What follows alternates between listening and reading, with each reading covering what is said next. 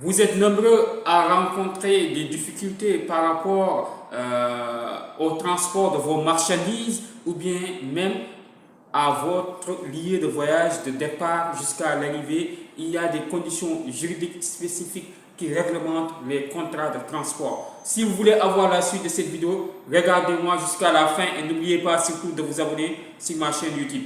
Mesdames et messieurs, bonjour, je suis Amadou Alikan, coach formateur en droit des entreprises, certifié par ERA Afrique Legal. ERA Afrique est un cabinet juridique international spécialisé en legal tech siégé à Paris et à Tunis. De 2020 à nos jours, GI a formé plus de 100 entrepreneurs dans le domaine juridique pour vraiment les accompagner dans la gestion juridique de leurs affaires. Donc nous continuons toujours à former beaucoup d'entrepreneurs et de commerçants. Aujourd'hui, on va voir des contrats de transport. Comme vous le savez, le transport aussi est réglementé. D'abord, ce qu'il faut comprendre du contrat de transport, c'est un contrat par lequel il y a une obligation des deux parties, à savoir l'expéditeur et le destinataire. Donc, chacune des parties a une obligation. Voilà. Le contrat de transport est un contrat par lequel le transporteur se charge, moyennant à un prix, de parcourir à un itinéraire bien déterminé, soit des marchandises ou bien des personnes avec le respect des conditions juridiques. C'est ça un contrat de transport. Maintenant, il y a des obligations entre les parties. Il y a des obligations qui pèsent sur le transporteur concernant le transport de marchandises d'abord. Il y a des obligations qui pèsent sur l'expéditeur et des obligations qui pèsent sur le destinataire. Pour le transport de marchandises, l'expéditeur a l'obligation de charger les marchandises et de les livrer au destinataire au lieu bien déterminé en bonne et due forme. Donc en cas d'avarie et de perte, l'expéditeur sera responsable des dommages et intérêts parce qu'il a ce qu'on appelle l'obligation de résultat.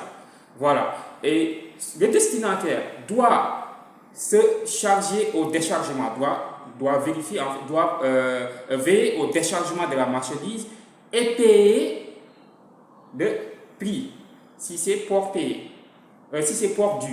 Donc, il paye le prix des marchandises. Donc, c'est ça l'obligation de l'expéditeur et l'obligation du destinataire. Voilà. L'expéditeur doit veiller au chargement et le livrer au destinataire en bonne et due forme. Le destinataire doit décharger les marchandises, doit veiller au déchargement des marchandises et payer le prix si c'est port dû. Voilà.